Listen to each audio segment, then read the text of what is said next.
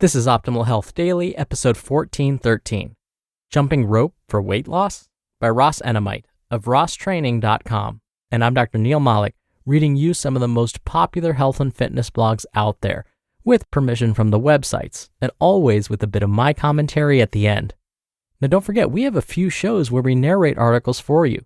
Just search for Optimal Living Daily wherever you're hearing this to find all of them. And with that, let's get right to today's post as we optimize your life.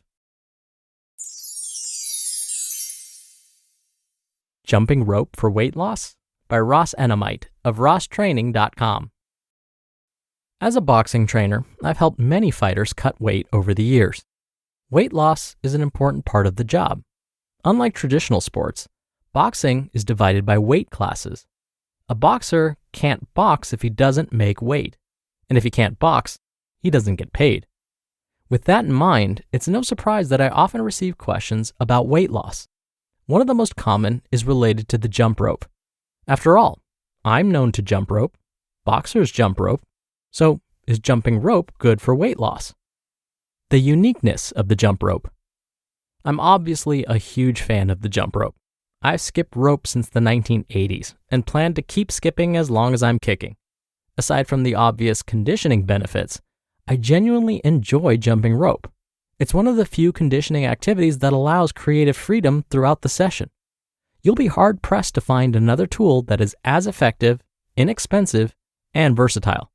As I often say, if the rope didn't work, someone would have figured it out by now.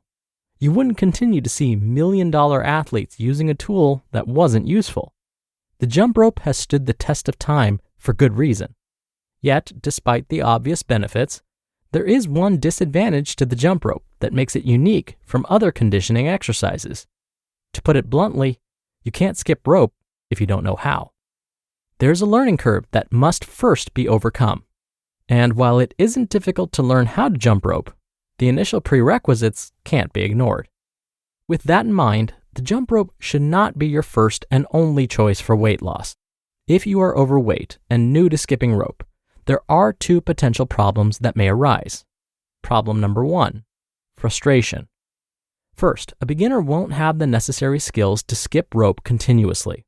Constantly tripping over the rope isn't an exercise. Doing so won't lead to anything but frustration. If you are struggling to lose weight, the last thing you need is to be frustrated by your workout. You'd be better off starting with exercises that are devoid of a learning curve. This doesn't mean you can't eventually jump rope, but skipping rope shouldn't be initially viewed as a workout. Beginners must first view the jump rope as a skill. That skill won't become an exercise until you can efficiently perform it. When learning a new skill, I recommend frequent yet brief practice sessions. The best way to learn something new is by practicing when you are fresh. Fatigue shouldn't be part of the equation. One option would be to practice with the rope for a few minutes before your primary workout. Put the rope down as soon as frustration sets in. Come back the next day when you are fresh and try again. Within a few weeks, you'll be surprised at how far you've come. Problem number 2, skill. Once you've passed the frustration phase and can skip rope repeatedly, there is another problem that may arise. Many novice rope skippers lack the ability to remain light on their feet when jumping rope. Instead, their feet come crashing down with each hop or step. As a result, it's not uncommon for beginners to experience pain throughout the lower body, like the feet, shins, knees, etc. The jump rope is often blamed for these pains, when the true source is related to skill. Contrary to what some believe, jumping rope is not a high-impact exercise once you are proficient with the tool. It's entirely possible to skip rope while remaining light on the feet. Even when I sprint in place with the rope, my feet aren't crashing down with each step. My feet move fast, but they actually touch down with minimal impact. You'll hear the rope touching the ground, but you won't hear my feet. Most beginners will need time to develop the necessary skill to jump rope while remaining light on their feet. I often tell beginners to pretend that they are skipping rope on a thin sheet of ice. If you land too heavy, you'll break the ice. And if you're landing heavy enough to break the ice, you're probably landing heavy enough to cause pain to the lower body. Carrying extra body weight certainly won't help the situation. If you land heavy while trying to lose weight, you are asking for problems. Once again, there's a learning curve that first must be realized. You versus them. The natural question, therefore, is why do so many boxers skip rope when cutting weight? The answer is quite simple. Skipping rope is like riding a bicycle. Once you know how to skip, it becomes a skill that you never lose. Thus, even when a boxer gains weight in between bouts, he still possesses the skill to jump rope effectively. The boxer can jump right back into action without dealing with the problems I just mentioned. They won't be frustrated by the rope, and they won't land too heavily with each step. Furthermore, when it comes to weight loss, the exercises that you perform are just one piece of the puzzle. As an old saying suggests, you can't outwork a bad diet. If you eat and drink too much, it won't matter what exercises you perform. You'll continue to struggle with weight loss. For instance, I've trained many fighters who live at a weight that is 10 to 20 pounds heavier than their competition weight. That heavier weight is referred to as their walk-around weight. It's the weight that they live at when they aren't actively cutting for an upcoming bout. Many fighters will train hard in between bouts, but still remain at their walk-around weight. They don't begin losing weight until dietary changes are made when preparing for a specific fight. During that time, the training often remains similar to what they were doing before. The biggest change is to the diet. Sacrifices are made, which means they eat and drink less. Final thoughts. In summary, if weight loss is your goal, don't be so quick to focus your attention towards a tool such as the jump rope. The jump rope can eventually become a tool that you'll use forever, but trying to rush through the learning curve will only cause problems downstream. You'll be better served to first focus on strength and conditioning activities that involve minimal impact. Furthermore, it's important to understand that no exercise is as important as diet when weight loss is the goal. Oftentimes, what happens in the gym is secondary to what happens in the kitchen. I don't say this to suggest that exercise isn't also important, but you certainly shouldn't put all of your eggs into one basket. Doing so can lead to overuse, particularly for beginners. Therefore, in many ways, you could say that there is no single best exercise for weight loss. Don't let others fool you to believe otherwise. Instead, clean up your diet and slowly make exercise a part of your daily routine. Eventually, it will become part of who you are and what you do.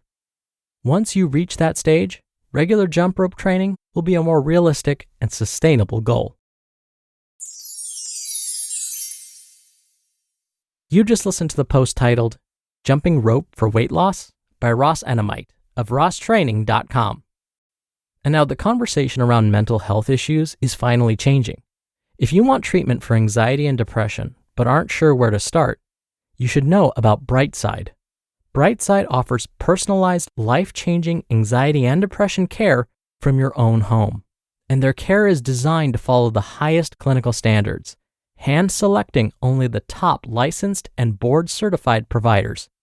I have family and friends who suffer from anxiety and depression, and really the best thing for them has been getting help. It's so important to talk to a professional. Whether you choose therapy, medication, or both, all plans follow the highest clinical standards, are based on American Psychiatric Association guidelines, and 85% of Brightside members feel better within 12 weeks. Their deeply personal treatment analyzes over 100 unique factors to see if medication is right for you, and then picks the best option. Join thousands of Brightside members taking back their lives. Take your free mental health assessment and get up to $100 credit on your first month of treatment at brightside.com/OHD. That's brightside.com/OHD. brightside.com/OHD. Dr. Neal here for my commentary. I agree with Ross that skipping or jumping rope is a fantastic exercise. It combines coordination and balance and is a wonderful cardiovascular exercise. Oh, and since Ross mentioned boxing, I can't help but remind you that just try throwing punches, even just in the air. You'll find it's a fantastic cardiovascular exercise too. Have you ever tried throwing punches for like a full 3 minutes? Try throwing punches for even just 1 minute. I guarantee that at the end of that minute, your heart will be racing and your shoulders will feel exhausted. Okay, back to jumping rope. Now, as Ross mentioned, if you're new to it, you're going to want to start slowly. If you skip rope for just 30 seconds, it's probably going to make your heart feel like it's going to pop out of your chest. I know that's how I felt when I first tried it. Oh, and my coordination was terrible. Just as Ross said, I would get super frustrated when I didn't have the coordination to keep the rope jumping going. My timing would get thrown off, and I would end up jumping too soon or too late, and the rope would get caught on my feet. So one of my trainers taught me a trick. He said, put the rope away, and let's just practice hopping up and down without it. We're going to use an invisible jump rope. And just like it sounds, my trainer had me jump up and down while rotating my wrists as if I was holding an actual jump rope in my hands. Now, the point of this was to just focus on my form, making sure that, as Ross said in today's article, I remained light on my feet. The focus wasn't on timing my jumps with the rope, but instead was simply making my form perfect. Gradually, we reintroduced the rope. Now, it still didn't go great right away. I had to stop and restart quite a bit while I got my timing down. But having good form to begin with made the process a lot easier. So if you are interested in jumping rope but are afraid that you're just not coordinated enough, it's okay, because now you have another option. Try the invisible jump rope trick. No rope needed, and you'll still get a fantastic cardiovascular workout. All right, that'll do it from me for today. Don't forget, I'll be back here tomorrow for our usual Friday Q&A, so definitely come back for that, where your optimal life awaits.